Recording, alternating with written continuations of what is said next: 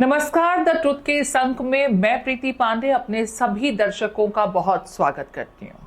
दोस्तों, 7 दिन हो चुके हैं। मौनी अमावस्या के मौके से शुरू हुआ बवाल थमने का नाम नहीं ले रहा है। बसंत पंचमी भी गुजर गई, लेकिन शंकराचार्य बनाम माघ मेला प्रशासन की तकरार खत्म होती नजर नहीं आ रही। इस बीच शनिवार शाम कुछ ऐसा हुआ जिसने मेला प्रशासन द्वारा तमाम सुरक्षा व्यवस्थाओं के जो दावे किए जा रहे थे और अब तक जिस वजह से ये पूरा घटनाक्रम शुरू हुआ और प्रशासन द्वारा दलीलें दी जा रही थी, दलीलें लॉ एंड ऑर्डर को लेकर के थी, उस पर ही सवालिया निशान खड़े हो गए। दरअसल कुछ लोग आई लव बुलडोजर बाबा के नारे लगाते हुए शनिवार शाम शंकराचार्य अविमुक्तेश्वरानंद सरस्वती के शिविर में दाखिल होने की कोशिश करते हैं। शंकराचार्य के शिष्यों के साथ उनकी धक्का मुक्की भी होती है। शंकराचार्य के शिष्य इन नारेबाजी कर रहे लोगों को शिविर से बाहर की तरफ लेकर चले जाते हैं। हालांकि ये लोग खुद को कट्टर सनातनी सेवा जैसे किसी संगठन का खुद को सदस्य बता रहे थे, लेकिन उस दरमियान न तो पुलिस की मौजूदगी थी और न ही पुलिस ने इन नारेबाजी करने वाले लोगों को रोकने की कोशिश की। वहां पर धक्का मुक्की की स्थिति पैदा हो चुकी थी।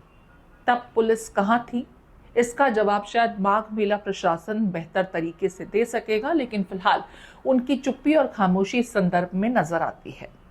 अब क्या कुछ हुआ ये आपको विस्तार से समझाते हैं। शंकराचार्य जो 7 दिनों से धरने पर बैठे हुए हैं, माघ मेला प्रशासन अपनी गलती को समझे, उन्हें मनाए और स्नान के लिए सम्मान के साथ लेकर जाए, यही उनकी मांग है। लेकिन लगातार जुबानी तीर जो हैं दोनों ही खेमों की तरफ से एक दूसरे पर छोड़े जा रहे हैं।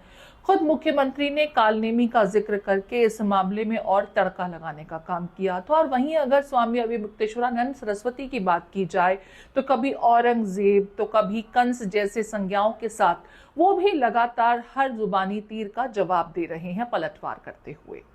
बीते शाम जो हुआ, दरअसल वो पूरा घटनाक्रम यूपी पुलिस के अरेंजमेंट्स को सवाल खड़े करता है।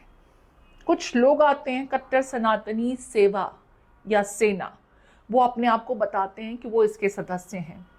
वो दाखिल होते हैं शंकराचार्य के शिविर की तरफ और वहां नारेबाजी शुरू करते हैं। जाहिर है शंकराचार्य के शिष्यों को ये बात नागवार गुजरेगी, क्योंकि तकरार तो लगातार बढ़ी हुई है और खुल करके शंकराचार्य भी यूपी के मुख्यमंत्री योगी आदित्यनाथ पर लगातार जुबानी तीर छोड़ रहे हैं।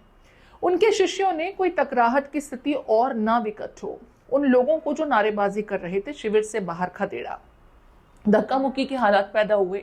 गनीमत ये रही कि इस पूरे घटनाक्रम से पहले शंकराचार्य के शिविर के बाहर 12 सीसीटीवी कैमरे इंस्टॉल किए गए थे, जो चप्पे चप्पे को रिकॉर्ड कर रहे थे। यानी चप्पे चप्पे पर सीसीटीवी की पैनी निगाहें बनी हुई थी। ऐसे में ये जो लोग दाखिल हुए, उनके इरादे क्या थे, उनकी मंशा क्या थी, कोई नहीं जानता। सिर्फ नारे लगाना अगर उनकी मंशा थी तो नारे तो वो लगा चुके थे, लेकिन क्या किसी तरह की टकराहट को और एस्केलेट करना उनका मकसद था, तो वो कर पाने में वो नाकाम रहे, क्योंकि यहाँ पहले से ही सीसीटीवी की मॉनिटरिंग चालू थी।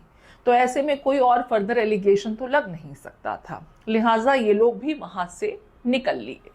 सवाल ये कि पुलिस वहां क्यों नहीं थी, पुलिस मौके पर पहुंची क्यों नहीं, इन लड़कों को डिटेन क्यों नहीं किया गया।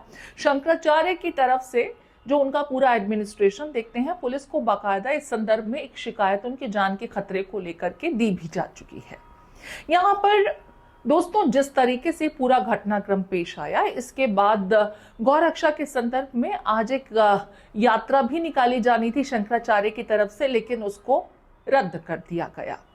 सवाल यहाँ पर यह है कि पहले से ही लगातार एक दूसरे पर तीर चला रहे शंकराचार्य या माघ मेला प्रशासन या यूपी सरकार क्यों नहीं समझ रहे कि इस टकराहट को खत्म किया जाना बहुत जरूरी है, क्योंकि दोनों ही खेमे जहां सनातन का दम भरते हैं, सनातन अपमानित लगातार हो रहा है। कि सनातन की आड़ में इस तरह के एलिगेशन एक दूसरे पर लगाना कहां तक जायज है। लेकिन अब जो हुआ, क्या कुछ लोग ऐसे हैं जो जानबूझ करके इस पूरी स्थिति को और एस्केलेट करना चाहते हैं? और अगर ऐसा है तो उसके पीछे फायदा किसका होगा? आप इस पूरे घटनाक्रम को किस तरीके से देखते हैं, आपके कमेंट का इंतजार रहेगा, क्योंकि हम ये जानना चाहते हैं कि जब पालकी पर शंकराचार्य स्नान के लिए जा रहे थे तो मेले की कानून व्यवस्था पर अगर प्रश्न चिन्ह खड़े हो रहे थे, तो फिर कल जो हुआ, क्या वो मेले की सुरक्षा व्यवस्था, कानून व्यवस्था पर प्रश्न चिन्ह खड़े नहीं करता? और उस वक्त पुलिस कर्मियों की मौजूदगी वहां क्यों नहीं थी? इसका जवाब माघ मेला प्रशासन ही शायद बेहतर तरीके से दे सकेगा। आपके कमेंट का हमें इंतजार रहेगा।